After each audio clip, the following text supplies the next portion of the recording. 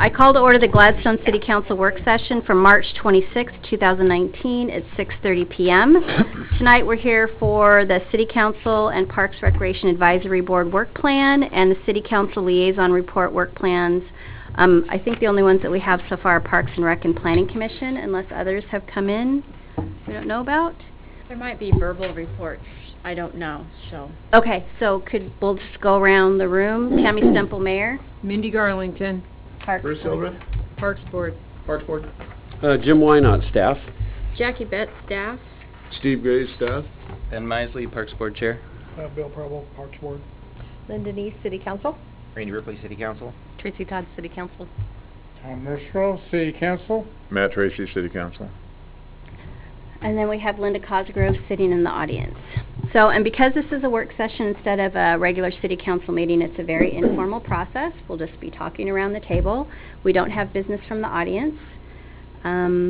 So business from the audience is at our regular city council meeting, which this is not. So let's go ahead. Staff.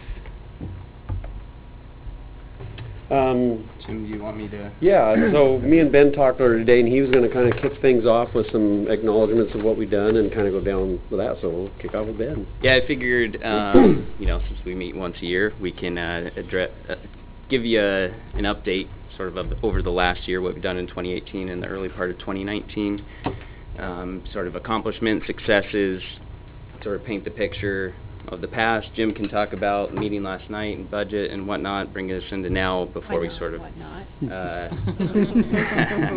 bring us into what we've drafted for your review, feedback and input. Does that sound all right? Mm-hmm. Okay.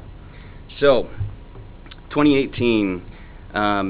First, overall, I think that we have pretty good momentum on the Parks Board. I think we have a pretty good team. We have a great Parks Master Plan that a lot of hard work went into a number of years ago. We have sort of a playbook to operate off of. And I think we have motivation, good team members, and we have a lot going for us. In 2018, I wanted to highlight some of the things that we've worked towards. First, one of the things I would highlight broadly is there's a good spirit of volunteerism that's happening around the parks. We have the Friends of Gladstone Nature Park. There's all kinds of monthly activities going on at the nature park. Lots of volunteerism happening and good things happening there. We've got cleanups at High Rocks Park that are usually over the summer months that I'm guessing would hopefully restart soon. And one example of a volunteer-led project that I think has been pretty great and Bill has been involved with is the Max Patterson tennis courts, what I would call the pickleball courts now. That's a pretty great visible project that had a lot of volunteerism, little investment as far as monetary from our side, and dare I say that those courts have been used more in the last year, although we might not be at a year yet, than in the last 20 years. 20 years. You may say that, and I'm you. glad.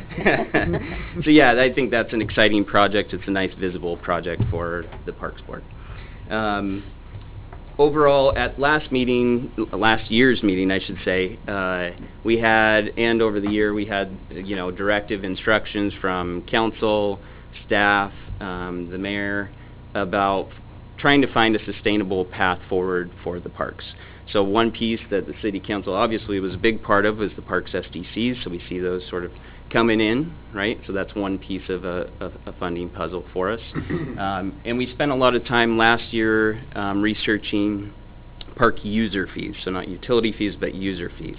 So we benchmarked almost all the neighboring cities and parks departments. What do people pay for? You know, things like picnic shelter rentals, boat fees, those types of things. And so those are really the two that we sort of honed in on, is sort of strategic and value-added services. You know, to reserve a picnic shelter at Max Patterson instead of showing up at 6 o'clock in the morning come July for your kid's 4 birthday. o'clock in the morning. Yeah. You know, is what we hope is a value-added service for people that we can also get some revenue from, as well as benchmarking boat fees as well for that are pretty much countywide, and Meldrum Bar is a very active boat ramp. So that, I feel like we've taken some steps for that. Those haven't been, they've been recommended. I don't believe they've been implemented. We've updated Parks Rule signage, and you should hopefully see those at the different parks, the different signage that we work with the police department on and have been gradually updating over the last year. We, as part of the first category of the 2019 goals, we recently were talking about the boat ramp replacement, which is something we're hopefully excited about, which is needed. And I think we have good momentum as far as, like I said, the team. We have a plan to sort of execute on, and we just need continued support and for you all to join us on that vision of moving the parks forward, because I feel like we want to move this thing forward, right? So yeah, those are the things I sort of wanted to highlight. Anything that I'm missing from parks members would be glaring. That's pretty good. Yeah. Okay. Any questions on any of that before I kick it over to Jim? I have a quick question. So when you're exploring your user fees, what kinds of models are you thinking of, or have you guys dug that deep at all, or? Oh, yes. Yeah. So we developed a pretty robust spreadsheet that captures, what do people charge from Sherwood to Hillsborough to Westland to Milwaukee, Oregon City, like what's their funding structure. It's pretty common elsewhere to have picnic shelter rentals in 2 to 3 time blocks, depending on the model. Especially, and they're seasonal. It's not usually year-round, right. But it's usually around this time of year when the sun starts peeking its head out through the summer months and to the start of fall. That one was very common, as well as boat fees. Other communities have. Well, there's the Parks and Rec District for North Clackamas, which is a different model, right, that we're not a part of. There's some cities have utility fees that, Westland charges a certain amount per their monthly bill. Mm-hmm. And some have, like Oregon City has a fair number of community centers that they can rent out that are under the parks umbrella as part of a revenue. So those were some of the things that we looked at, and we really sort of narrowed it down to the picnic shelter rentals. We wanted to, one, not charge for everything, but there's some people would come to the parks more as part of the research if they could actually reserve a picnic shelter rental, because they don't want to come at 6 in the morning for their kid's birthday party. So we hope that's a value add. And part of the discussion is also we should be capturing fees from non-Gladstone residents. Yeah. The Meldrum Bar Park boat ramp is a big draw. So I guess and that's one. I guess that's one of the user fees I think that we are missing the opportunity on, and because we've got a lot of folks that will use it. And I mean, you could go as far as putting in a seasonal pass, for instance, or what have you. Right. I'm more concerned about some of the other parks amenities like the picnic shelter and charging for that, because I think we start to get into a social equity issue there, because there are folks that can't afford it, and it is a park. Mm-hmm. And it's a city park, and we may have families that may not even be able to afford the $20, but want to gather someplace. So I'm focusing. I'm hoping we're focusing on like the lower hanging fruit, which are other folks coming in and using our amenities and trying to capture some revenue from that, because we're going to be paying for the cost of maintenance, obviously, right? Our citizens are. Yeah. So. Yeah. I mean, we're footing the bill for the maintenance. So my question is, what do the picnic shelters typically rent for, say, in one of our neighboring cities? Some of them are let's hundreds. see. It depends. Pardon? So Some of them are hundreds. Really? Yes. Yeah. Wow. I was going to say, because I've used, and I was going to, do we have a picnic shelter at Meldrum? We have 2 over in the parking lot. there's one that's sort of, I'm not sure exactly one where or Dull two Beach over there? starts, I but can't there's remember. one Yeah, that's right sort there of at the right by corner. the driving range Yeah. for the golf course Because there. I've used the garbage. one in Oregon City, And as a non-resident there, I've had to pay a higher price, but if you're a resident of Oregon City, you pay a lower price. There is, And- yeah, that's pretty Right. common. Yes. Yeah, it Across is. the And Westland neighboring does the same thing. municipalities. So, starting anywhere from a lot charge, $45 and upwards, depending on the size of the group, so. That's pretty good if they quoted you that, because I paid $68. Yeah, I mean, so Oregon City is 65 to 85, depending on the group size. Mm-hmm. Westland is 30, they have some smaller time chunks to 240, depending on the group size. You know, Wow. it felt pretty common to have like 4 hours around 45 to 65. Yeah. Mm-hmm. Sort of that ballpark. And some places do only 2 rentals per day, so it's almost like 9 to 2 and 2 to 6 or what Do that any is. of our structures have electricity or anything down at Meldrum? I haven't. No. I don't believe No, so. no, like plugging in a. No. But some of the other, our neighboring friends, Right. they've got cooking facilities in Right. some of the Right. ones that they rent out. And really, one of our biggest dreams, I would have to say, is to get enough revenue so that we can put a super awesome picnic area down at Meldrum with, cooking and a countertop and a barbecue cover whatever, yeah. and, Okay. nobody wants to go down and start your party and then it starts raining, and then what do? So When you it need a starts shelter raining, big enough to have everybody and cook it too. And other parks, other parks, Sure. municipalities, they rent out spaces for events Sure. like weddings, right? And Like, don't I give me- spent a lot of money on a venue. Yeah, don't that- give my comment, don't take my comment wrong. I mean, I'm No, really, no, it's like, that's the one thing that I think about, is like, you have folks who just, Yep. that's their only recreation sometimes. I mean, that's all they can afford, is to go have a picnic. And Yeah. I wanna be, personally. I would- Mindful of that. Yeah, I would like us absolutely. to be. And that was part of our discussion too, is, I think the Parks Board is willing to try to find a solution forward Sure. to make accommodations. And we should be more progressive. The guy rolling into Meldrum with $150,000 worth of boat and truck probably can afford a $25 season pass. Before we get Sure. into the next So one. Yeah. let's, as we're thinking about it, let's look at it that Yeah. way if we can. Yeah, those two are really the ones that we sort of Cool. narrowed our focus to, Yeah. the boat and the picnic shelters rentals. Those seemed good first steps for us. Yeah. And there's precedent otherwise. Yeah, $5. Yeah, I think it's $5. Yeah. Yeah, which is, I think I'm a little confused, I'm not a big boat person, but it's something like $2 for the boat and $5 for the vehicle or something at the county level. That's fairly common, but if it's 5, then as part of the grant that they're helping us replace it, and that's the rule that they attach to it, then.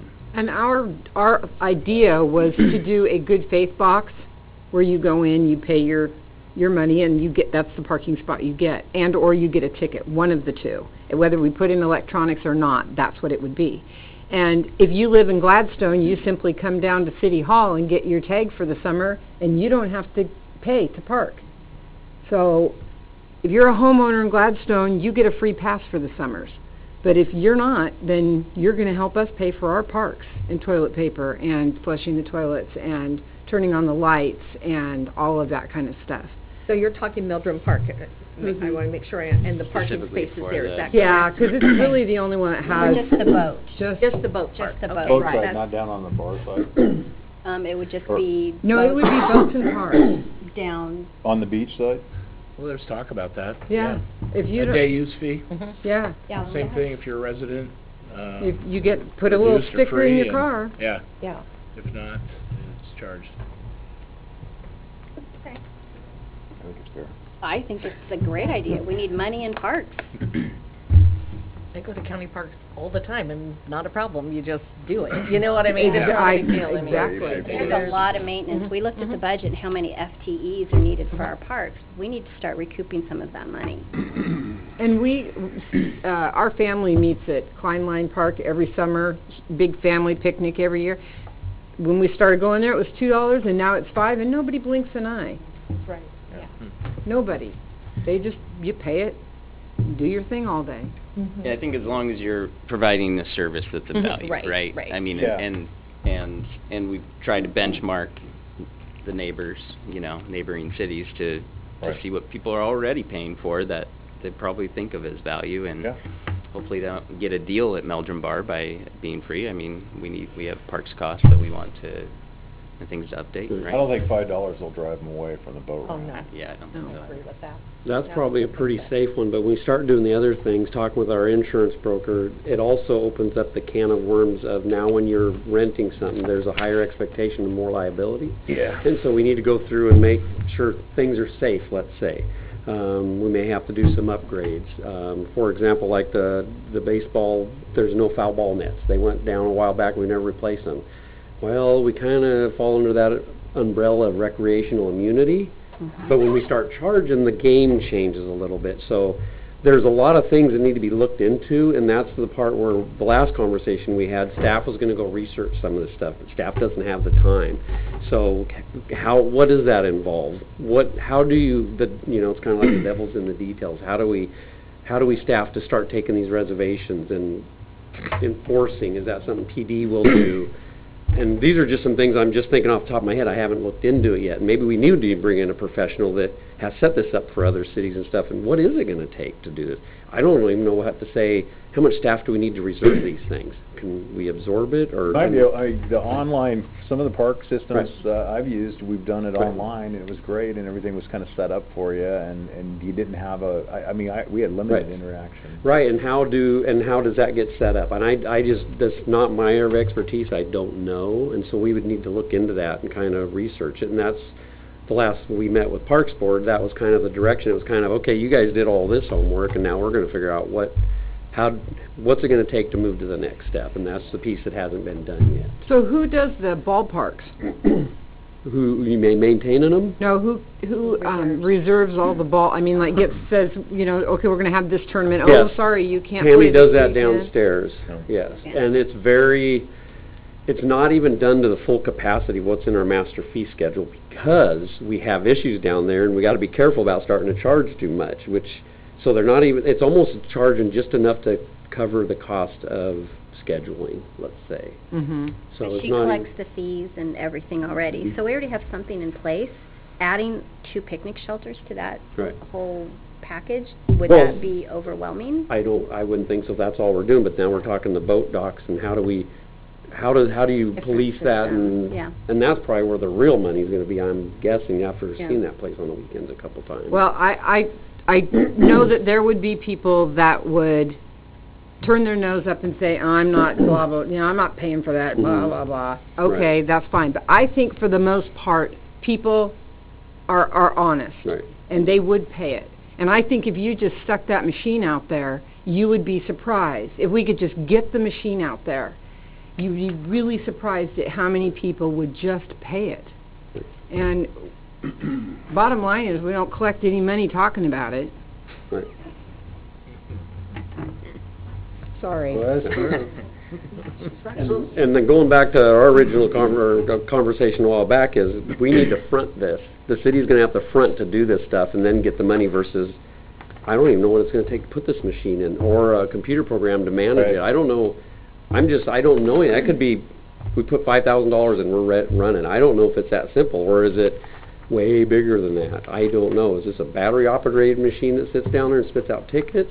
I mean, I don't know all the details, and that's what I always dig in, okay, the details. Your email will be full of. And For you, Yeah. you had a budget, amount that was left in the budget, and you guys only spent a small part of that on the nature park master plan, so you have No, some it's money a left. site plan, it is Site not a plan, master the plan. site plan. well, that hasn't been done yet. Okay, Yeah. but they have money left in their budget. Yeah, We well, do the have new some- budget is yeah. $68,000 Okay, and $68,411. okay.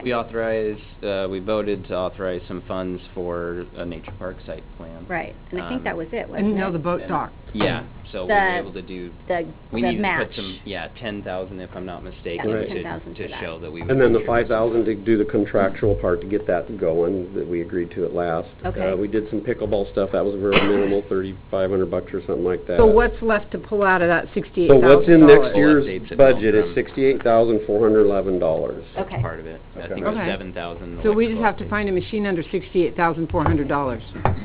That's your job.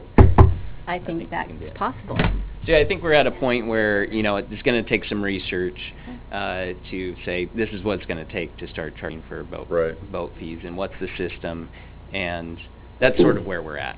you know, we feel like we've come up with some ideas that are feasible. Yeah. And now it's sort of the logistical side that's important, right? And so, I don't know, I think we're committed still have money to we work with. have some funds, that hopefully, you know, as research comes in, we That's the one we want. can That's be the one they thinking want. about that. That's the one you want. That's the one they want. I'm sitting here thinking to myself, I have a whole scheduling system that I use for my work that is free, that is Square app, and yeah. you just link it to your website, and it's Right. and it's completely free, and it can actually block out times and stuff. I mean, could it be as simple as that? I think so. Probably. Really? Oh, well, I could do that. I mean, There we go. We got so much Literally, time I've to done. do Tracy's I gonna done be doing stuff for lessons you. for us. Yeah, so yeah. you I mean, get- it really Hired. could be, yeah. It doesn't pay, but you're hired. Well. Don't you pay a percentage though? 3%. It's 3%. It's Yeah, worth but it. you just Standard add that credit card in. I mean, you process. just add that into the cost. So, you know, is it that simple? So my question then is this the point where you're done and now it goes to staff to do the details? Or does staff want the Parks Board to do the details? That would be great, because I'll be honest with you, staff can't do the details. All right. And I can have a conversation about that and spin off from a conversation we had last night during Pickleball budget. game there, went over to gym, now it's back. I know, it is just reality. Unless we take some of these other priorities, we can go down this list and just say we're not doing those instead. We can do that.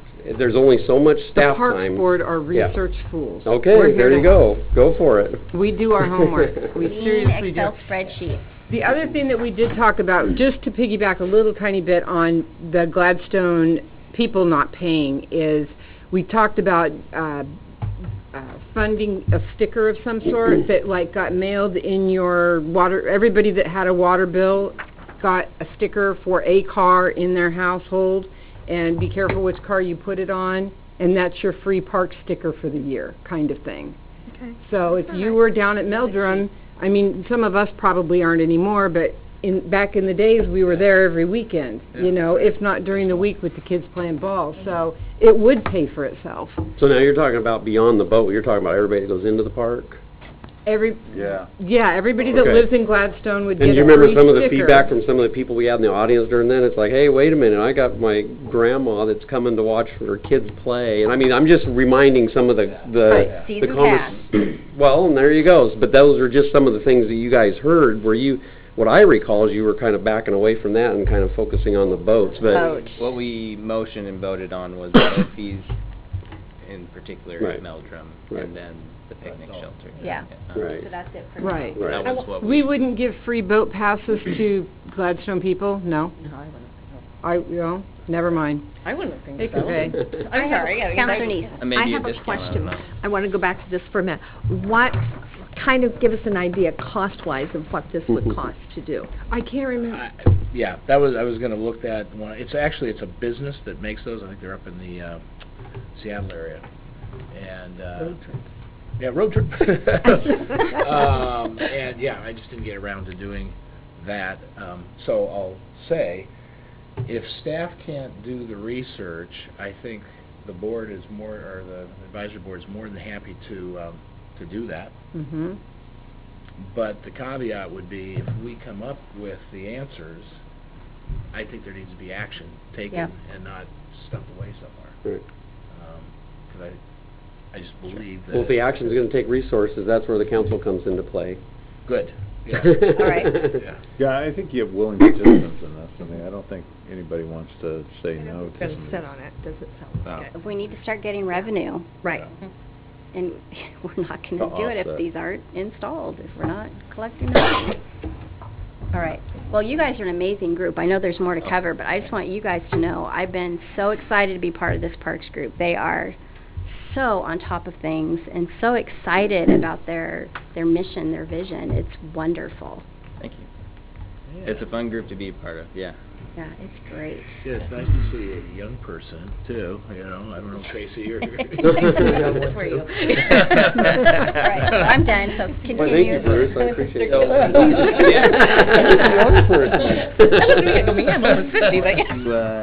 You, have the floor next. Yeah, so Before we sort of- what I wouldn't mind doing is just kind of... I like that comment. The council was there last night, but the Parks Board wasn't at the at the Budget Committee meeting last night, so I just wanted to kind of go over some of the conversations that happened at Budget Committee last night, and being that it is affecting the park budget.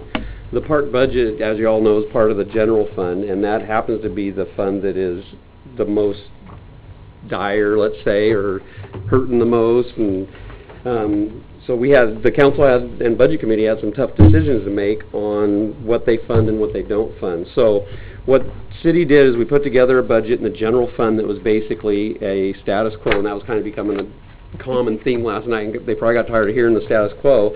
But then at the end, we put together an options list. Here's all the options, and on that options list, there was a lot listed in parks to accomplish what the Parks Board has been wanting. One of those is adding a half of an FT to maintain the current level of service. That's why I'm pushing back so much in a sense, because we're actually in a position we didn't get that half of an FT. So I got to figure out how to start living within our budget and peel back a half of an FT, not do more. So I'm just saying what's in there. I'd love to, just like last night, give me the money and I'd love to do exactly what you guys are saying. I think it'd be awesome, but the resources just aren't there. So out of that, we didn't get the extra half of a position to break even with where we're spending our time now. We also asked for a parks volunteer coordinator to help with all your guys' efforts and organize all the volunteers and get more productivity out of the volunteers and get a lot done. The system improvements and projects, remember in the last budget cycle we got $75,000 a year, which added up to $150,000 over the 2 years. We were going to try to put that in. We didn't get to put that in there, so we didn't do that. The money wasn't there.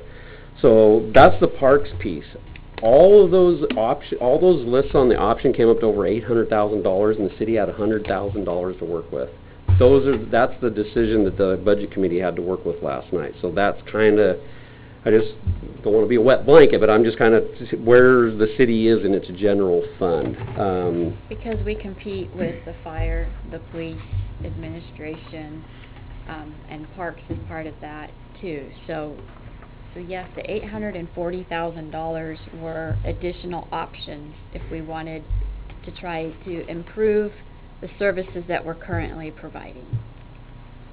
Right.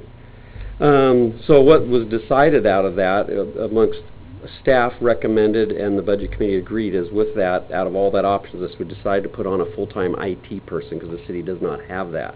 And with the new Civic Center going in and all the computers, all the IT needs, that seemed like the best priority for everybody, and everybody agreed. So Parks has pretty much a status quo budget. There's that word again. There are some numbers moved around, like we had some savings in our fleet, we had some savings in our dumping and hauling, but we upped some of the contractual and operational stuff, so it kind of, things moved around, but for the most part it's status quo. So as far as staffing, we have 1.5 FTEs out in the field doing the work, and that's amazing that the parks look as good as they do. Some of the conversations we're having right now is how do we work on that, trying to get back in within our budget, and some of the conversations having, if you guys have any ideas, I'd be glad to hear it, but we're talking about maybe not watering some of our parks. Cut down on our utilities and our staff time for mowing those, because as you water, you're mowing all the time. These are just some ideas we're coming up with, and if you guys have some better ideas, we gotta figure that out somehow. That's where staff, I hate to be the wet blanket because I love this momentum. It's fun. I enjoy coming to the Parks Board and hear about all this stuff and want to do it, but it's like I'm having to get my resources and put back into sewer, because that sewer has been the one subsidizing this with its staff. And sewer, as you all know, is having some issues with the overflowing sewage of the river. There's some stuff we got to do there, so we gotta get back in and live within our budgets. So I did want to have a little bit of budget review to kind of paint the picture where we're at in the general fund. So if you guys are able to do some of this research and figure out what the costs are, what all the details are, then we can have a real conversation what it's going to cost to do it. I just don't have time to go out and do that research because I got to focus my energy somewhere else. Where do the SDCs for the SDCs that come in, part of that is park. Where does that go? Parks has, so all of the SDCs and all of our funds are dedicated to those funds. So any SDCs that come in that are parks related are in the Parks SDC fund. Those SDCs can only be used for the projects listed in the SDC calculations. So, for example, the site plan up at the nature park, it says right in there, 50% SDC eligible. So that's why we're able to take that $30,000 and put 15,000 of it out of SDCs. The city has to come up with the other 15. And that's the way a lot of the SDC projects are, is they're split. There's not a lot of 100%. There's a few, but there's not a lot of 100% SDC eligible projects. Okay. So to really spend that money, and this is the same issue we have in the other ones, you need money Right. to go with it. to No, make I the hear, project. but, Yeah. but to have Too. 68,000 and then possibly some more from that helps. I mean, every little bit helps. No, absolutely. I don't believe, I'd have to go back there and look, I don't have all the projects memorized. We'd have to look and see if putting in this fee station is SDC eligible. I don't Right. believe it is, but we can look in there and see. And if it is, absolutely. Right. But we have to we can only pay out of that what is already in the list, otherwise the city will get in trouble. Jim, does it have to be out of the general, or can it be a match? Could we find external? Oh, absolutely, yeah. So, It has to be other money, let's put it that way. other money, Yeah, so it yeah. doesn't necessarily have to come out of the No, coffers? It could no. be something that could be sponsored, or... It could be a grant. Neighborhoods. Or nature neighborhood grant. Yeah, it could be a grant, absolutely. It's just you can only use the SDCs for the SDC eligible portion. All right, and that list, the SDC eligibility list is... In the methodology report that was done. Yeah. Yeah, I'll pass so- this around. Okay. This is the 10-year There you go. capital improvement plan. What page That is list, that? it's towards the back. It's one of the extended Pull-outs. ones. Yeah. It's one of the pullouts. And one of the columns will see They're all the SDC projects that eligibility. my understanding So if would be it's matched, eligible. we can bring outside money in. Yeah. For example, the site plan up at the nature park, like I said, says 50% SDC eligible. Sure. So whatever that price comes in, you can only spend 50, you can only supplement 50% of it with SDC funds.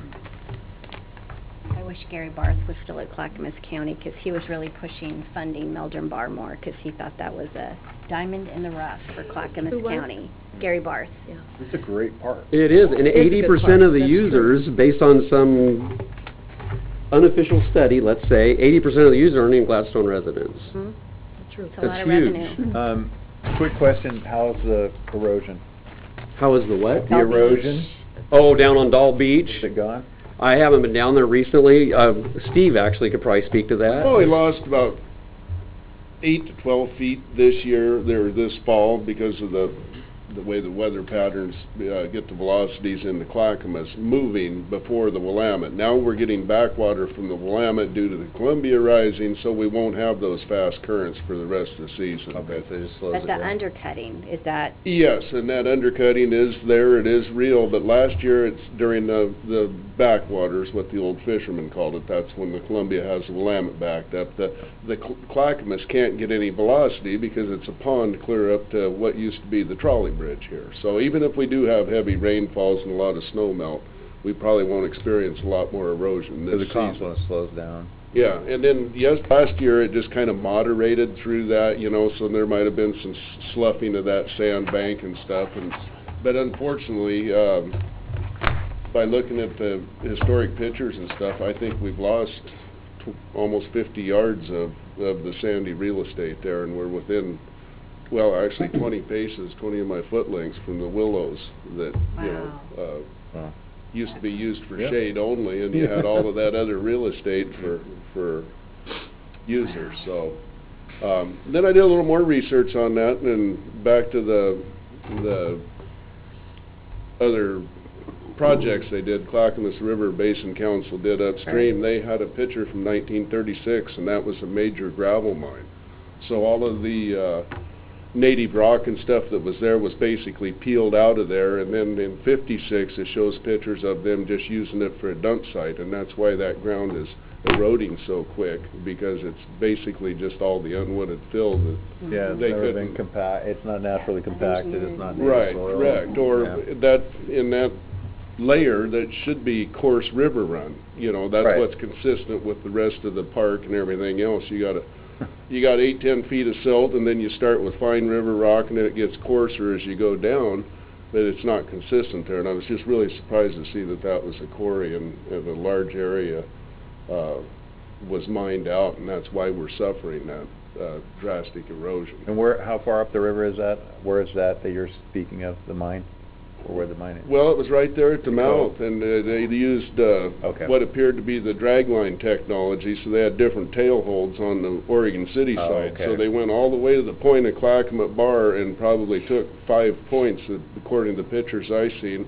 And it was so messed up, the salmon would have had to swim up where the Dahl parking lot is now, and then cross across one of their dredge lines and kind Go of get point up at the the river. Clackamas boat ramp They just didn't to care get about up fish the then. the They didn't river. care. So that whole area, long story short, it's all been disturbed. Yeah. It's not native ground, and that's why we're suffering that rapid erosion. Do we know when the dredging's gonna be done at the mouth of the cove? Because that's gonna impact us Right. significantly. It is gonna happen, I just haven't heard any I think the times. permit's 9,000 tons. That's what they But that will actually help us, because in the days when the tug run up change into the the channel. lagoon, that water works just like a rope, and it stays in that deeper channel on the Oregon City side. So that's what's caused it. The rock has come down there, and now when we have fast water, that water wants to sprawl over the top of the rock bar, and that's exactly why we're suffering Oh. Yeah, so the that's gonna be erosion, gone. because of the lack of dredging. If they would have maintained that channel up through there like they did through the 70s and early 80s, That would. everything would be the same as it was then. I don't know if 9,000 tons is gonna be enough, but That's Is that not a per a drop in year, the or is that bucket. just a one-time thing? one-time No, thing. yeah, that's not gonna be very much. Yeah, that's all that they could get. 900,000 would be a more realistic feature, and then that gravel bar's backed up clear past the trolley bridge. Ever since they stopped dredging, there used to be clay shelves exposed, and then since the lack of dredging, the gravel's backed up clear to... Yeah, it's got our outfall all buried down there. We have to go down there and hand dig it out every year when the water goes down. Well, two big, like, Volkswagen-sized boulders came off the lip right there at the cove entrance over the last couple of weeks. We're gonna have to get those out, because now they're down right on the, blocking the left-hand side of the entrance, the rope, as you're speaking of, going into the cove. They're not in the water, they're just on the bank. And I don't know which ones you're referring to, but I would figure those were probably loads of concrete that they dumped there over the years. Might have been. Because These no, dropped not out of that- the top of the No, shelf. not Glacier Northwest. yeah, they were up on that upstream corner there. Yep. Yeah, so no, Linda. it's just everything there is evolving, and the lack of dredging is what's causing this change. It's just like any river peninsula. As the sediment settles, now all of a sudden the river starts dumping into the ocean Yeah. over here, and well, that gets sediment, and then it starts over here again, and that's kind of what's going on down there. Councilman? I just have a question, and have you thought about ADA? Have you had any discussion on that, or in A lot. compliance? Okay. Everything that, if we do any projects at any park,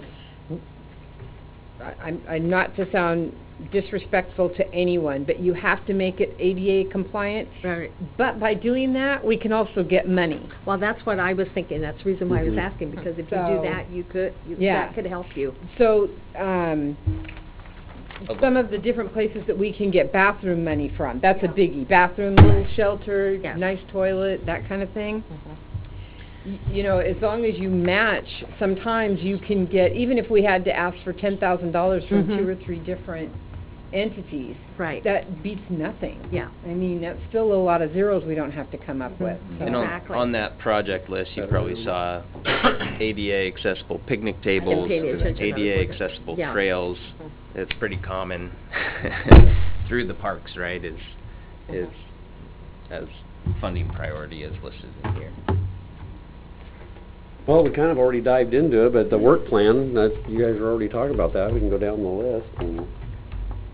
Sure, yeah, so overall, and the structure is the same as last year. We completed some projects. I think it's similar to how the work plan operates at your level. At city council, is some, like the SDC's piece, that was part of the second category, so those cycle off. So we have just overall kind of the project space.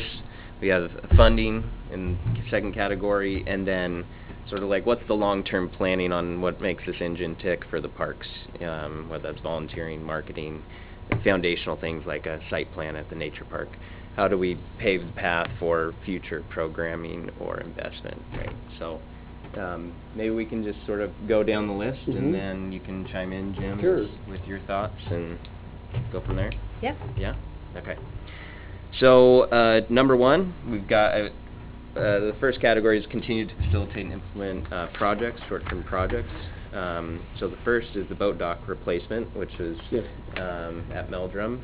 Jim, you have the... Yeah, we awarded that contract, and we will have that, we have to have it on site by the end of June, and then we have to have it in the water by the end of October. So the end of June is the real tight crunch, because they said they need a little over 90 days to build it, so that's why everything had to move real fast up front. So once it's on site, we meet the grant requirement for that piece. And then it's up to staff. That's something staff has to do. That's part of our match, is our in-kind services. We get to pull the old dock out and dispose of it. We can't sell it. It specifically says in there it has to be tore down and disposed of. It's like, shoot, we were hoping we could just float it down the river and somebody will take it for free, but That's a lot of wood. I know. We can't do, Jim so... said we can't even make benches out of it. No, it's very specific in there, and I'm like, really? Can you re-ask them that? And You can't take benches? No. You can't repurpose it. no, it has to People in be government. disposed of. Who do we talk to? Oregon State Marine Board. You bet. So your completion needs to be done by October, is that correct? Yeah, I believe the 1st of October, which we don't feel we'll have a problem with that, because we're going to have basically July, August, and September to do that. So Okay. we've got, excuse me? No, go ahead. Oh, so we have a plan in place to do that. So we're not worried about that. We're just making sure we get it by the end of June. That's the real one. That's the time crunch we're worried about. But it's in the contract. They have to do it. So Okay. I think we're good. All right. So that's awesome. That's a grant that was $142,000 or something like that, and we put in 10, which we were going to do more, but it was the whole timing thing. It's like, oh, it went in, and they accepted it. It's like, so Yeah. Marna and her wisdom, she worked her tail off on this, and working with Jennifer there at the Oregon State Marine Board. Steve went to their actual meeting on it. I mean, we played the desperate card pretty good, let's just say. And we had voted to authorize up to 25,000. Yes. Just if needed, Yeah. of the project budget, and so Yeah. kudos to the team who was Yeah. able to do it for 10. And it really worked getting a professional project manager on board with that. And just To do the streamline it procurement, because that was and part of us, do it correctly. our So that was responsibility. very helpful. Yeah. Great. And then you want to continue on with the dredging? Yeah, and then Grant, so you know we most don't about that. know what that's going to be or when it's going to come out. We just know that they're going to offer that grant, and so as soon as it does, we're going to jump on it. That one's going to have a little bit more of a match. So when you're talking about your $68,000, or we need a match, we're going to have to come up with whatever that match is. And if it's $400,000 to dredge that, we're probably going to have to come up with 75 to 80 or 100,000. I don't know. There's just some unknowns. So we did not include that in our budget because we just don't know. It may not happen for 2 years. We're hoping it happens, and we kind of got buzz that it might happen this next year, but we don't know. And this is dredging at the boat launch? Yes. So this has been a 3-step process is what we kind of got into. The first was a sediment analysis for the dredging. So we got that grant and accomplished that. And the next part was going to be the dredging. But they had money left over, and they said, hey, we got money left over. You guys apply for the boat dock, but you got to do it. We need that by the end of the month. And it was like, that gave us like 3 weeks to do this grant. It's like, and then it was just like, here we are, just run, and just bang, bang, bang. But we got the grant, we got it for cheap, and it's in. So we're kind of doing it a little out of order what we were planning, because it was going to be the dredging and then the boat dock. But now we did the boat dock, and then they're going to come back and do the grant for the dredging, and hopefully we get that. But we'll have to think ahead. We're going to have to come up with some money, whatever that is, for that when it comes available. And with that, we're on the Marine Board's kind of radar. We were questioned, so are we putting a brand new dock into a facility that goes out and you hit a sandbar? Well, that's only in extreme low water, but they are... This is the board having a conversation. Yeah, this is the board yeah. asking these questions. So we were able to assure them that we're actively working on it, and they're kind of expecting this process Right. to keep rolling in the near future. So. Right. We're on their radar. They call us when a grant's up, so we're... Perfect. Well, that's Yeah. good. Yep. No, they're... And Jim. What's that? Speed dial 1, Jim. I know. Exactly. All right. Oh, those poor Gladstone people, let's give them some more money. I'm all about floating Well, bathrooms, bag. you know. They have what? I said, I'm all about floating bathrooms. Oh, floating bathrooms, yeah. The next one on the list is the exploring park host possibilities and associated costs at Meldrum. So part of the discussion that's been brought up, and I'm going to pass around, is just researching what Oregon City does. So they have park hosts at not just Clackamas, but I think at 4 others. This is actually Day their parks. Mm-hmm. Day use parks. Yes. Yeah. Yes. But the And beauty so- of those are so is these are they help people that help out relieve in some of parks. the work off the staff. They could do some of the maintenance stuff, but then they also, there's eyes on it, so it'll reduce some vandalism.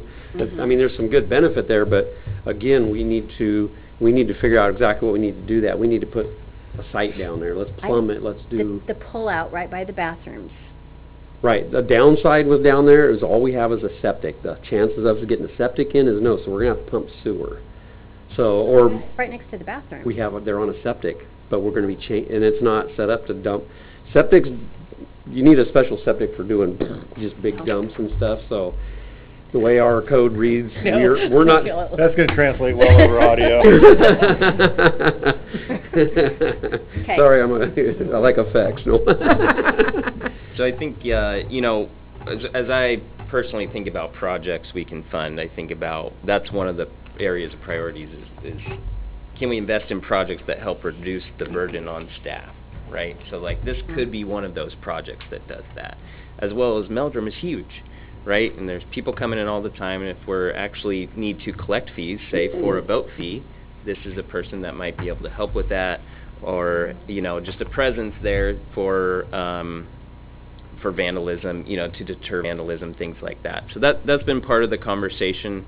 We haven't done much in the way of research outside of seeing what's possible or what's being done at other cities. Oregon City has that information, and we think it could be a model, depending on the costs associated, to make it happen.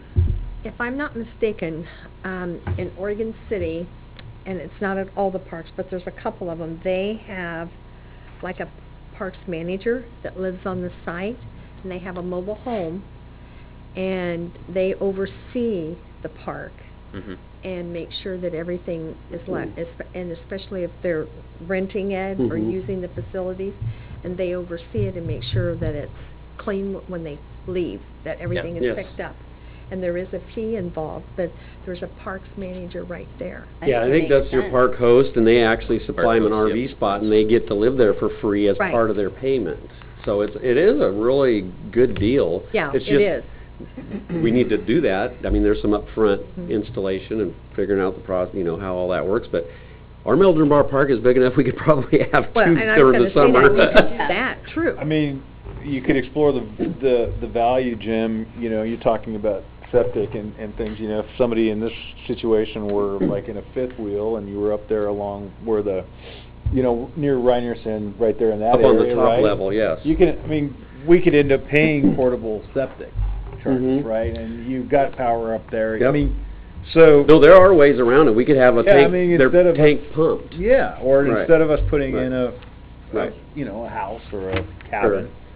And you know, when you talk about that, I was just thinking it might behoove us to do something like that first year out, just to see how it works. And then we haven't invested in sewers and things like that when it didn't work out. And that's okay, because we didn't spend $100,000 to do it. Right.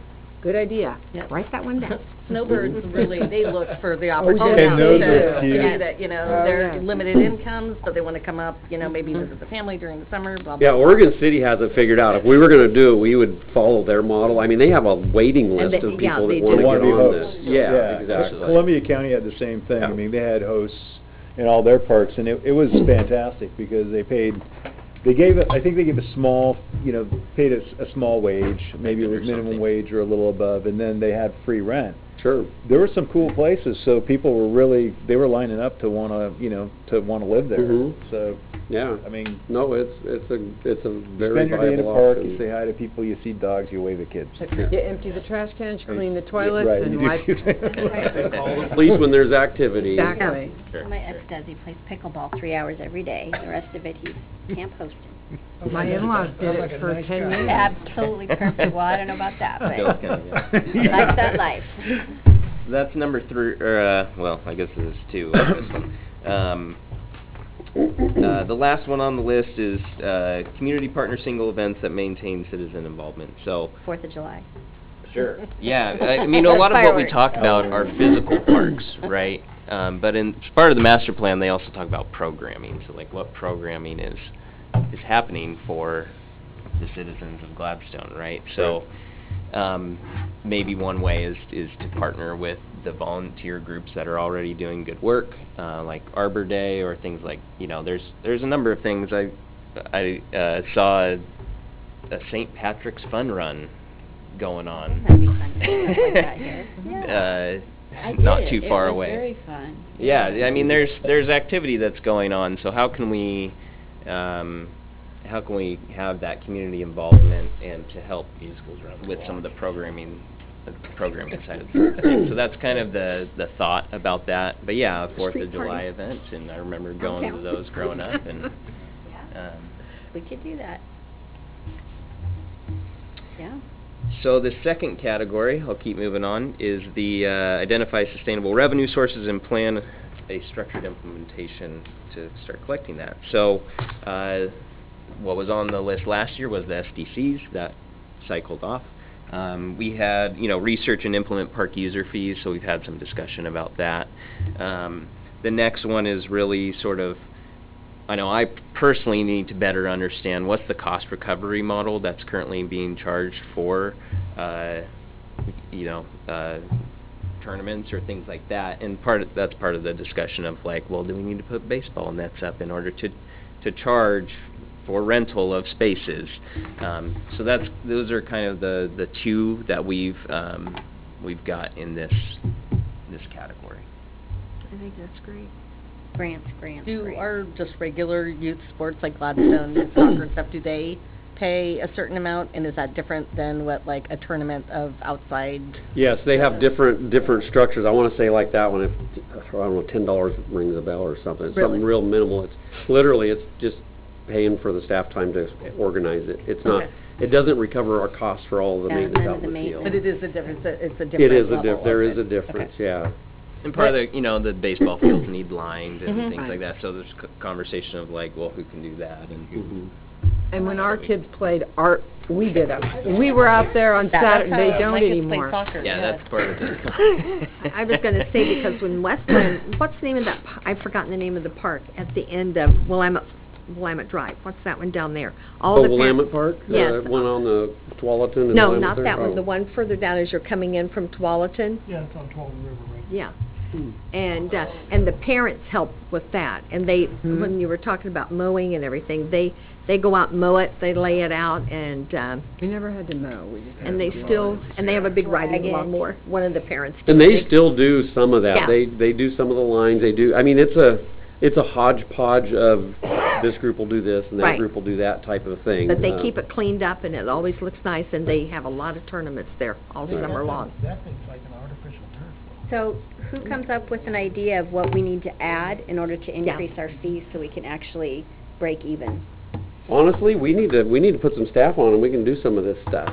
Is that what you're asking? Yeah. Yeah.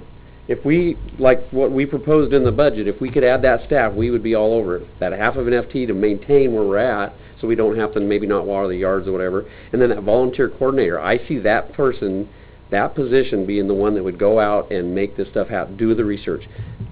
Kind of be a parks director in a sense, but make this stuff happen. It's staff time, and staff is expensive. I mean, honestly, it's expensive. I'm not trying What to. was that fee? I don't remember what you had on that list. The fee. On the options list, what was the cost? For the half. Yeah, what was the cost? We for put that? Can't remember. Can you Okay. remember what it was? That half, when he was talking Oh, about yes, we did. So the halftime position was 66, so about 67,000. 67,000. The Parks Volunteer Coordinator, which is one we were just talking about, they're figuring 182, and that's benefited out and everything and figuring worst case scenario. So But that's one FTE, right? that's one FTE. One full or half? One full. Full-time That's full. Parks director kind of pay. Yeah. So we need I don't have my options half. list right here. 250,000-ish. And when they put these together, like I said, they try to do worst case scenario, like someone come in and they have a full family of whatever it is, right? Can I apply for it? Yeah, I think we all are. Sure. Let's all apply for All that. That's the comp class, So that's the money that have to be come up with to start researching this stuff and figuring out how to make it happen. And then obviously after that, it would be funding the improvements, whatever those would be. Right. Okay. We feel about the sponsorship and stuff. We're not going after it enough, that's for sure. There's a lot of opportunities. For sponsorship? Yes. Trying to figure out. The other thing too, that when you talk about how much we're charging these teams, here's a aha moment for me. Our grandson and daughter were living with us for a few years, and Mark played baseball. So he played kindergarten, first grade, and second grade. Over 50% of the kids on his Gladstone teams did not live in Gladstone. They go to Gladstone schools, but they don't live in Gladstone. Okay. So when you talk about supporting our kids, it's not the same way we supported our kids Right. 15 years ago. Okay, for some of us it was a little longer than that, but you know, it is a little bit different than it used. Not to say we don't support kids. 'Cause So is that because of the open enrollment? Is that what you're you know, more I don't talking know about? what it was, think but That changed The it. school open district enrollment. boundary is different than Yeah. than the city boundary. Right. Yes. And then the open enrollment. There's as actually well. some Oregon City boundary over here north of town, and it's kind of That's weird, right. but. Yeah. That's That's what, because I mean, Right. so I was just really surprised because I was doing something for the parks, and we were asking people stuff, and I said, "Do you live in Gladstone?" Nope. Do you live in Gladstone? Nope. I'm thinking, who lives in Gladstone? You know? It's a regional I was park. surprised. Yeah. Yeah. So.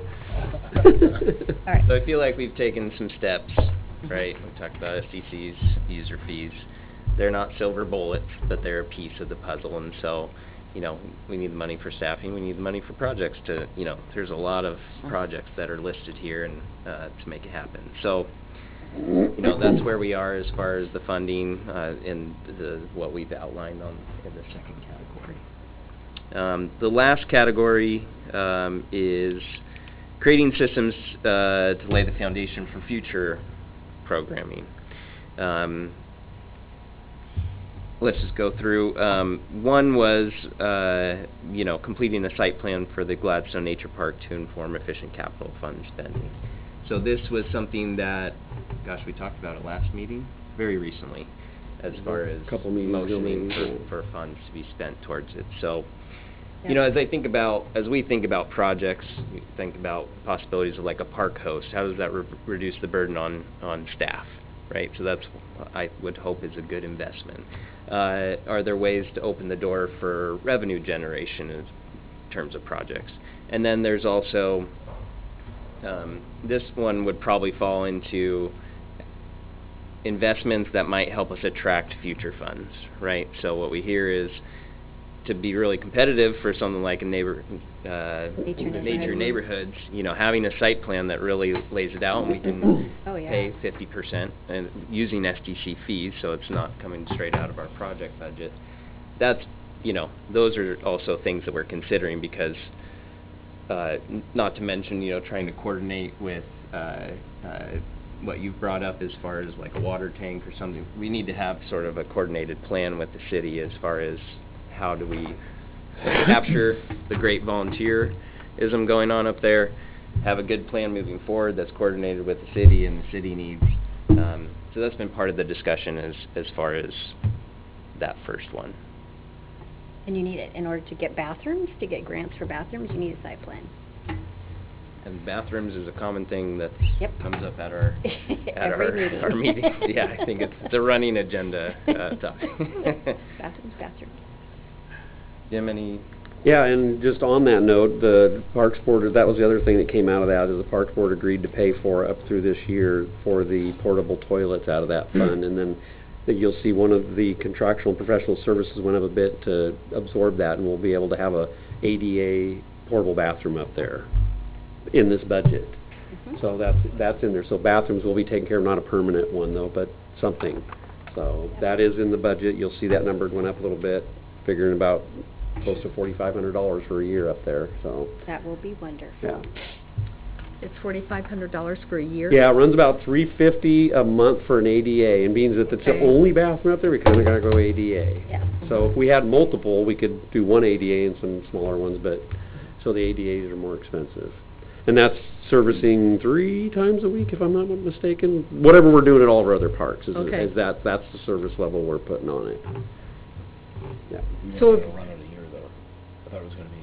Well, we don't have to, but we budgeted for it.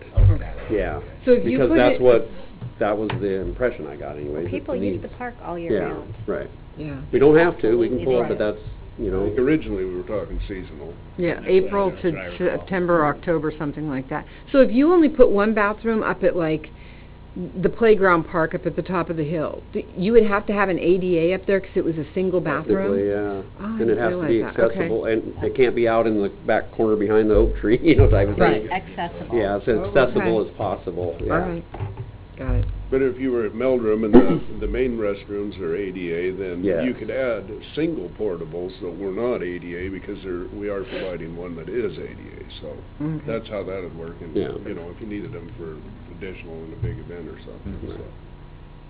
We'll have braille toilets there one of these days. We need Yeah. the site plan first, so we can go for grants. Okay. So the second one is create a searchable database of community volunteers. I think this goes along with the conversation about volunteer coordination and all the wonderful volunteerism we have going on at the parks. How do we keep that going, and how do we help that and help get the word out, right? I mean, people probably want to be involved in these cleanups and volunteer days, and so let's try to help get the word out. And that's kind of related to the next one a little bit as far as marketing goes. But that's one piece. Since I'm getting into that one, is talking about a marketing strategy and outreach plan to community and partners. So, you know, in the master plan, the survey says, gosh, 80+% of people hear about stuff through the city newsletter, and so why not have a Parks Corner or a blurb that talks about what's going on at the parks, or highlight a park, or did you know that the pickleball courts have been updated, you know, or, you know, there's work at like the ADA swing at Boy Scouts put in. the Boy Scout project up at Max Patterson. So highlighting things like that, right? And hopefully having those visible, sort of tangible projects that or even did you knows or things like that. So that was part of the conversation, is how do we get the word out about the good things that are going on. And city newsletter doesn't have to be all of that, but it, you know, that can be a piece of it. And Warren thinking about the Fuzzy's work, marketing. I Easy mean, one. it gets people excited about And- it. Nobody's excited about, you know, the sewer lines. Sorry. Sorry. Sorry. But they get excited about other things, you Yeah. know, so. Just doesn't appeal. It's not sexy, as we talked about. Until they quit working. Right. Yep. Then it's a different story. Precisely. And then last but not least, research recreation program. It could be linked to the transient lodging tax. Wedding venues. Yeah, part of the conversation is, can we promote the parks in a way that would sort of be aligned with events that would draw people to the area, right? I think that was, we haven't talked about this in a while.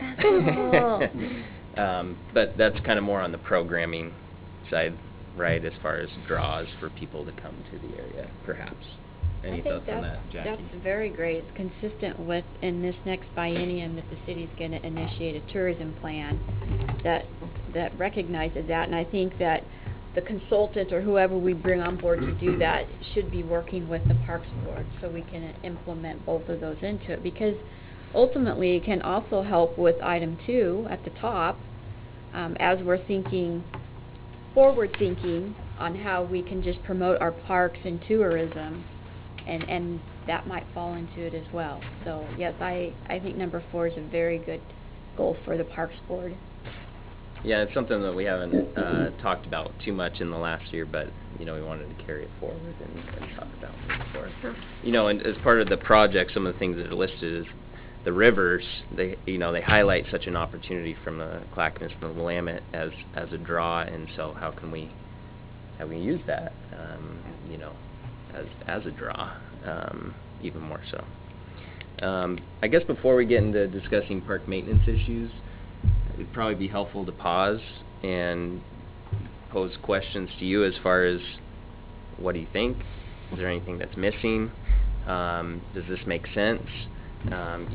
You know, last year we really tried to work on sort of the pieces of the funding, and spent a lot of time doing the parks user fees research, things like that, and I think we have a motivated group that's willing to put in some effort. So I would just pose a question to you all as far as, the question is what are missing, does this make sense? Is this, what do you think? It's amazing.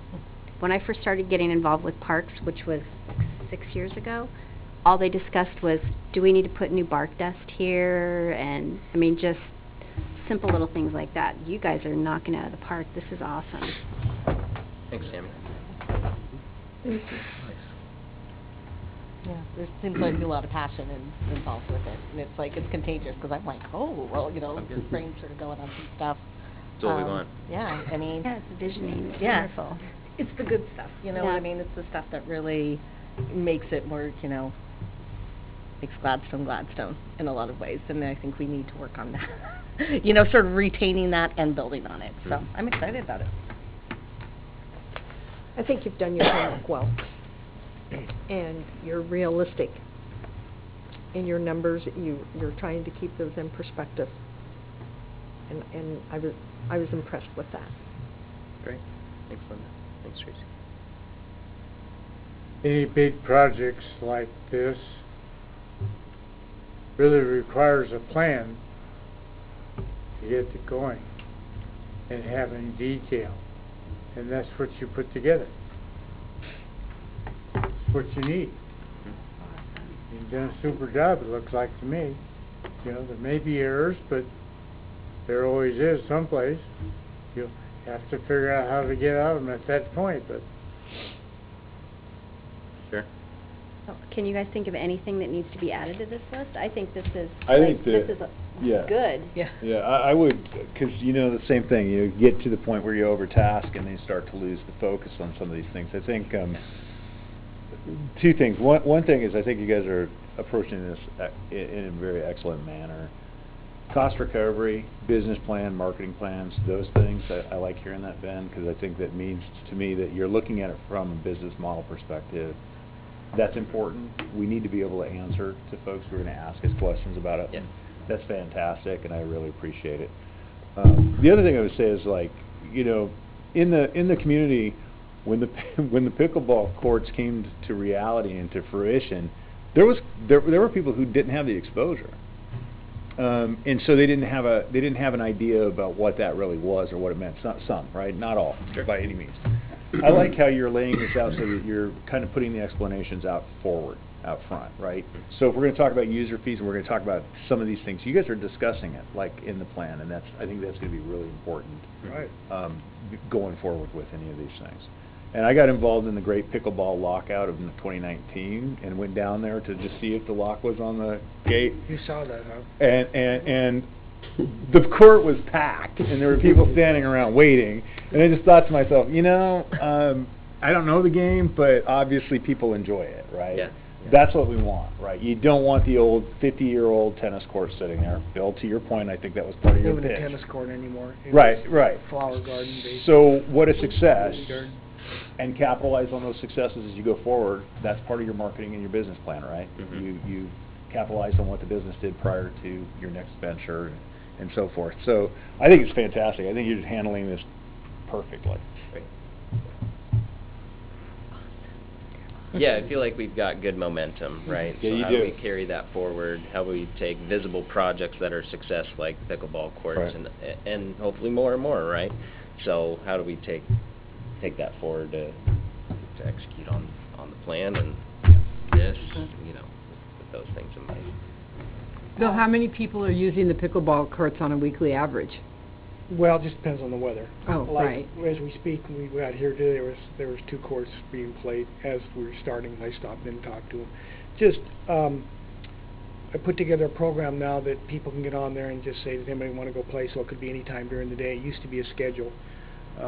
So, gosh, and we have about 120 members so far, and I would say a majority of them don't live in Gladstone. So we're bringing people from outside that are going down to the shaved ice, they're drinking coffee, they're buying gas, we during the summer we're actually going, like on Fridays, we'll go down to High Rocks Pub with about 8 to 10 of us, or we'll go down for lunch during the summer.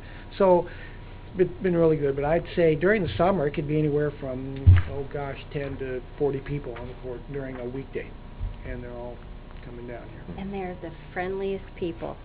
Oh my gosh. Build it and they'll come. And that's It's just such a great group. go along the marketing part.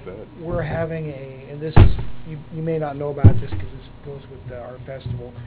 So it's not done through the city, it's done through, The community festival. Yes. So you guys don't really involve, so we're having a pickleball tournament, and you'll get 80 to 100 people, and they're from everywhere. They'll come from out of state to come play in these things. So we're planning on a 3-day tournament. It's going to be the same time as our festival. So, and actually, if you talk to the people from the Rotary, they're kind of building the whole festival around our pickleball tournament. So I got to cross my fingers because it's a big. We've actually hired an outside company to run it for us, so it's a big deal. So at least for us. Do you need another bathroom? Probably. The one that plays, sure they are. The place we play up in Oregon City, all they have is a little Schultze out there for everybody. There's no water anywhere, so this is like a really nice. The parking's great. This is a really nice place for people to come and play. It really is. It's a beautiful setting. Good. You did such a great job on that. I mean, Yeah, it's really good. It might be a good opportunity to announce the next great pickleball lockout too after handed you today. Oh, yeah. Oh, we're working on it. And by the way, you talk about some of the improvements we made. I might as well tell you, you guys have all seen the courts. They've made the gates ADA compliant now. They used to be really. One side actually had another fence on the outside that actually prevented people to try to bring bicycles in, right? So you can see how a wheelchair would never make it through there. The other side was all bumpy, so it looks kind of rough right now because they haven't poured the pads on the outside, but they're coming and the fence looks great. So these little improvements, they actually ran a bar along the outside. I don't know if anybody knew, but there was never a bar around the bottom of that fence, so it was all bent out and it looked horrible. When I swept leaves off, I just kicked the fence up and swooped them right underneath the fence, so that's a little more difficult. So there's been a lot of improvements, and so it's been really nice working with the city. It's been really supportive, and I guarantee you, as I've talked to other pickleball clubs, the city does not support them one bit. They're like, you go over there, do what you want to do, but we're not going to give you any help. So our club is really appreciative of everything that the city council and the city has done for us. I work real well with both Steve, and so we work well together. And we just met out there today, so it's been a really, really good partnership. Awesome job. Yeah. I think all I have to say to you guys is if you need something from us, let us know. What do you do next Monday? We got a garbage round. No, I'm just kidding. We are working at the I'm going to the nature park on Saturday. I am, after the food pantry. We could use an extra hand on our paving crew. I'm on it. Show me how to work it. I wouldn't. Absolutely. We'll sign up. Jim, I think you had park maintenance as... Yeah, so it was just to have a conversation a little bit about some of the things that we have on our radar that we don't think we're going to be able to do, we haven't been able to do, we haven't been able to get to, and that's just kind of ongoing. But I'm really trying to put you into our seat of our pants and kind of show you what we're faced with. For example, the Meldrum Barber restrooms, they got some dry rot going on the siding down there. We just haven't been able to get to that. That's just something that's like, well, eventually the building's going to, we replaced the roof 2 or 3 years ago. That was great, but now we got the siding to do. So that's something that's on our radar, and we're just haven't been able to get to it. And then that kind of goes with all of our structures and all of our parts, the caulking, the painting, just maintaining them. We're just not doing it. Some of the hard surfaces, some of the trip hazards, roots, cause a lot of havoc to our trails and stuff. Erosion, as we talked about down at Doll Beach, we have a lot of erosion going around. We have a lot of access along the rivers, and so we have to deal with all that erosion. Tree trimming. My goodness, thank God we have a whole bunch of those cottonwoods in town, right? The biggest weeds in the world. Those things we're basically just in a reactive mode. So as you see in the budget, we spend $30,000 a year just in reactive tree maintenance issues. So it would be nice someday to get into the proactive where we can go out and take some of these out and put in more native trees and stuff like that. We try to do the best we can, but that's just one of the things that Steve struggles with.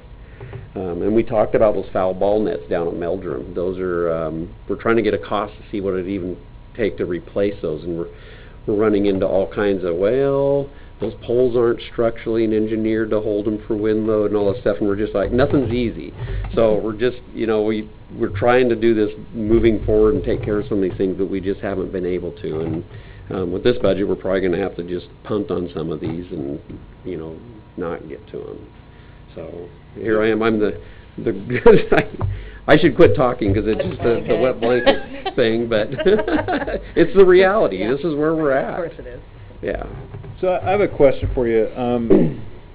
I'm sure volunteers have helped out with some of these projects in the past, but some of your more technical projects, like you're talking about the dry rot with the restrooms and what have you, have you thought, or do you know anything about some of the community-based organizations? One that comes to mind is Constructing Hope, where these are folks who go out into the community. They find some at-risk younger folks.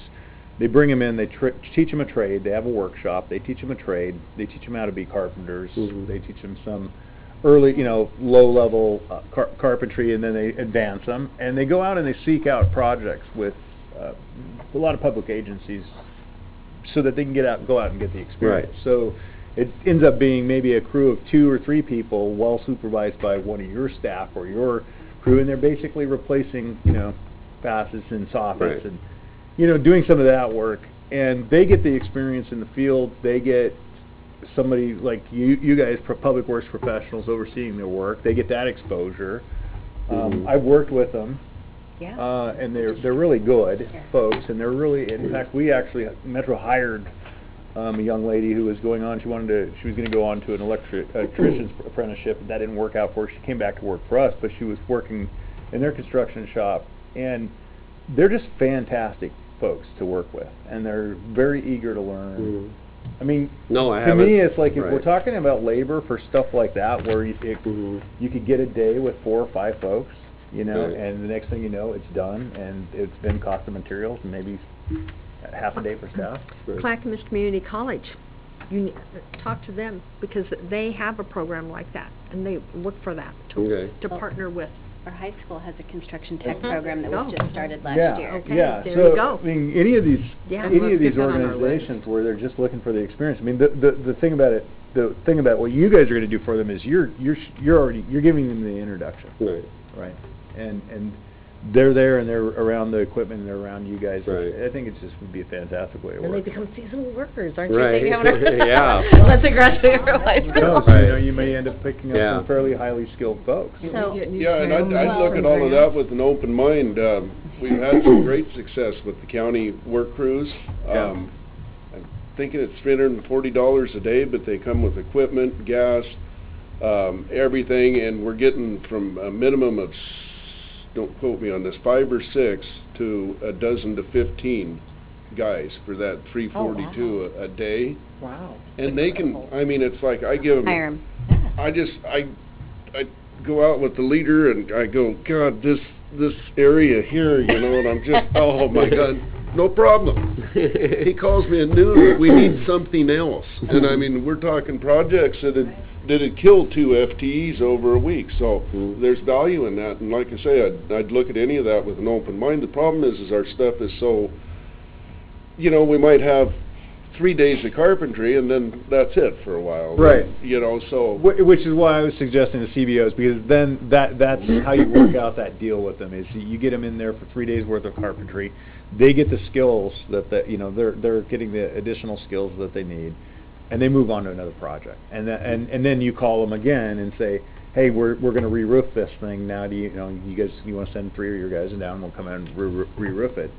That's how they work too, Steve. I mean, they know that it's gonna be these kind of drop jobs that are quick, and I'll look into Constructing Hope and see how they go through their funding and how they get out and do those experiences. Yeah, send the information over. Yeah. Oh, and on trails, I made sure that Meldrum Bar trails were part of the Metro's Trails program and the Regional Active Transportation Plan, so they would qualify for funding. So that's a way to get some money to improve some of the trails. Right. And Jim needs help getting those grants written. I know. Yeah, the grants are, I know, it's another you know, grant, there's like a but- threshold, I don't know what it is, but it's probably around 20 or 30 grand before it actually pays to do, because a $5,000 grant, we're going to spend $6,000 in staff time, it's Yeah. insane.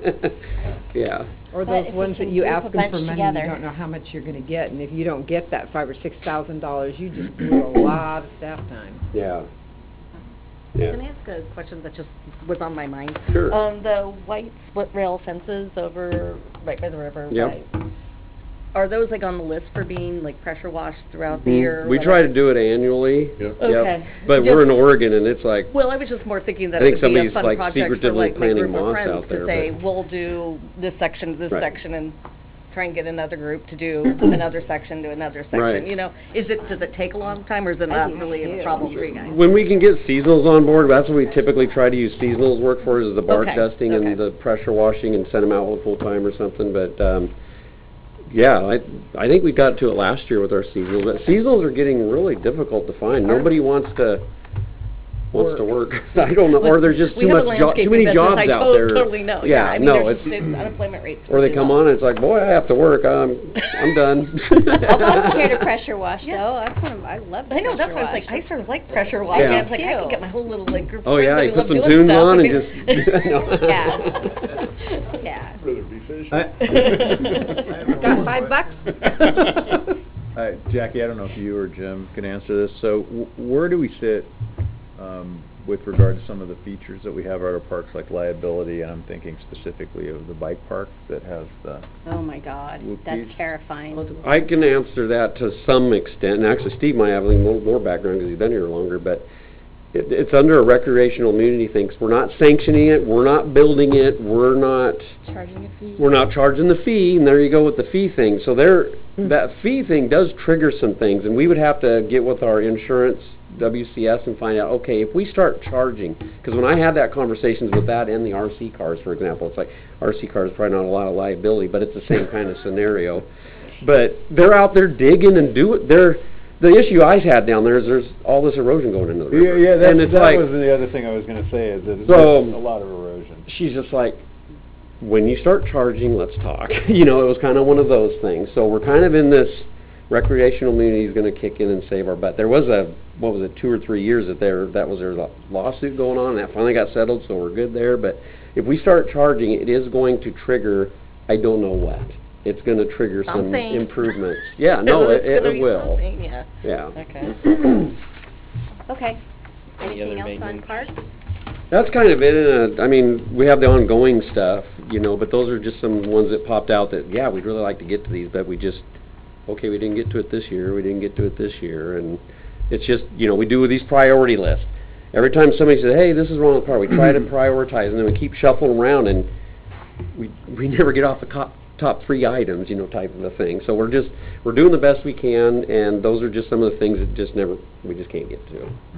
And we do use, like Steve said, we use the work crews from the jail over there. There's youths, and then there's older ones, and there's different work you can do. And we utilize those the best we can. We have to enter into a contract every year, and we do get a lot of our river banks, and some of that just, High Rock spent a lot of time down there with trimming. You probably seen last year, they kind of did a real nice, I don't want to say clear cut, but they cleaned it out, and the police was real happy about that, and so was the lifeguards, as far as being able to see down river and stuff now and all that. So we utilize a lot of outside sources, and the volunteers up at the nature park. I mean, if it wasn't for them doing that, nothing would happen up there. I mean, we'd go in there and mow twice a year. I mean, that's kind of, this town does rely a lot on volunteers, and that's good, because we got 1.5 FTEs. Well, we're using 2, but I mean, we're budgeting 1.5 people in the field to do all this work, and we've got 15 acres of park, or 130 acres, whatever it is. It's a lot of park and open space. Okay. Anything else on parks? It looks like the only other work plan that we have is Planning Commission. Yeah, and I don't know if you guys want to stay for that or not. You're welcome to leave. I don't think we're going to spend a whole lot of I time on don't it. too It's much. pretty simple, and there's really not a whole lot to add to it. Any discussion on the Planning Commission work plan? Well, being the liaison that the mayor appointed me to, I guess I do some work. So here's your work plan. Becky put together a lot of information, and there's a whole bunch to it. But she's got it broken down to 4 main elements. But the biggest element, actually I'm not sure I can say it's the biggest, close to the biggest, is the revitalization plan for the city that's been worked on for a couple of years now. Getting Started in 2008. to a point of putting things in place.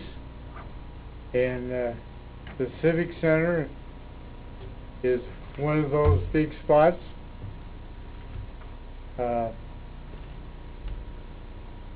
The second big point is the project that we took on not too long ago, actually, but to address affordable housing.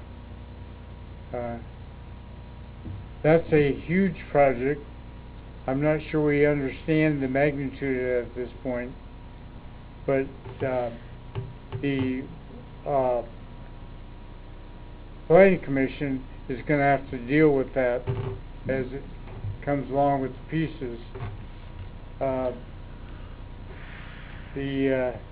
I refer to the Mr. Southgate's report, which is about 15 pages long, which only notes all the little pieces like you just put together for the Planning Commission plan.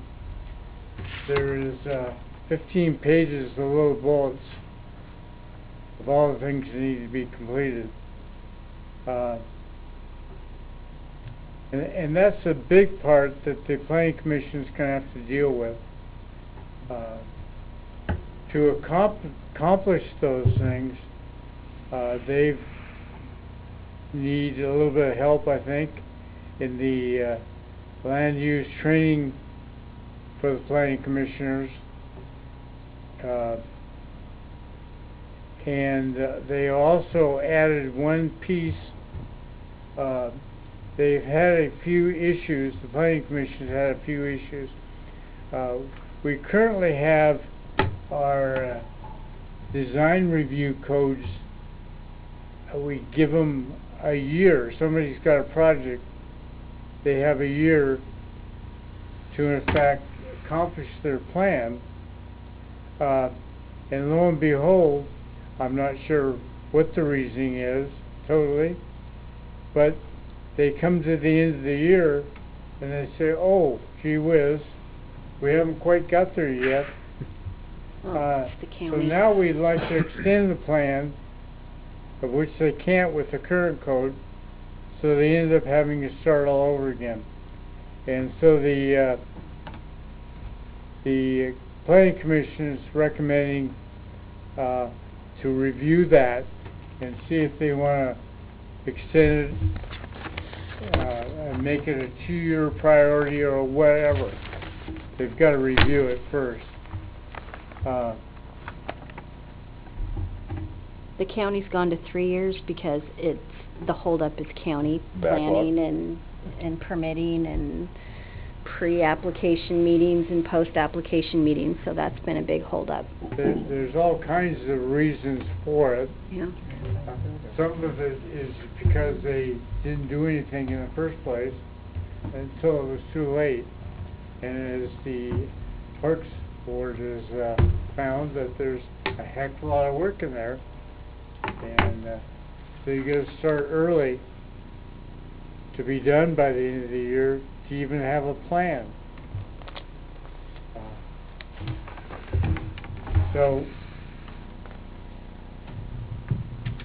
at this point, I'm not sure, Jackie, you can add anything to that, but No, I think that's it. The planning commission looked at this at their last meeting, met with Chairman Roulette, and I think that they're fine with their tasks. yeah, they discussed it, and there's at least one planning commissioner that likes to get into the detail, and I believe even at this point, he decided to keep his mouth shut. Because they've got a huge amount of work to do. And the revitalization plan is really bigger. I mean, we think of it in the projects that Jackie's having to manage at this point. The Civic Center is the biggest project that Gladstone's had in all the time I've been involved. And that's only going to be a small part, in my opinion. I'm guessing at this. But once the city businesses see what happens with the new Civic Center, and then this doesn't mention the library at this point, which the county theoretically is taking care of. But that's another big piece. And when these new structures start going up, the city businesses are going to want to do a bunch of things too. And that's going to add. I don't know how fast that will happen, but I would think by the end of this year there will be a lot of projects that the city businesses will like to do. So. Okay, any questions on planning? I was just going to mention there's a report that came out this morning that one of our analysts did, and he's noting a 31 or 32% decline in apartment construction starts permit pulls in the region since for 2019, since the beginning of 2019. It's down from last year about 34%. That's it, or 32%. That's going to be interesting. It'll start ramping up again as soon as But that's a full year, so what he does is point in time. So what he's saying is that successively over the year, and we are seeing another 20% down. We're down 20% in dry construction materials coming into the transfer stations. So we're starting to see a little bit of a precipitous drop in construction. Now we have a housing bond that's coming out, right? So we would expect that there would be an uptick coming up after in like 3 years. Right. Yeah, 3 years. But I mean, some of the spec stuff. But we might pay attention to some of the housing starts and things, just so we have some idea. Because to your point, Tom, it's like maybe part of the backlog is at the county level. I think you were saying that, Mayor. And it's like maybe there's some opportune times for some of these folks if they want to do remodels or they want to do renovations. This might be their time. If it's I'm sure it'll happen across the. But the time frame of when it happens, I'm not sure about that by any means, but it may start sooner than we think. Yeah. Okay, so we don't have the senior center and we don't have traffic safety work plans. Can we send an email and ask that they send it to us? So I think you were at the last senior center meeting and Colin said that they're amending theirs. Is that correct? They were going to, because they were just going to resubmit their last year's plan, which is very high level, and I said that maybe they might want to kind of dive in a little bit deeper and come up with specific tasks that are measurable. Okay. So Neil missed the library meeting where they were talking about their annual plan, and then I'm not sure, is it Neil or Randy for traffic safety? I think the last one was canceled because that was the same night as the Chiefs meet and greet. Okay.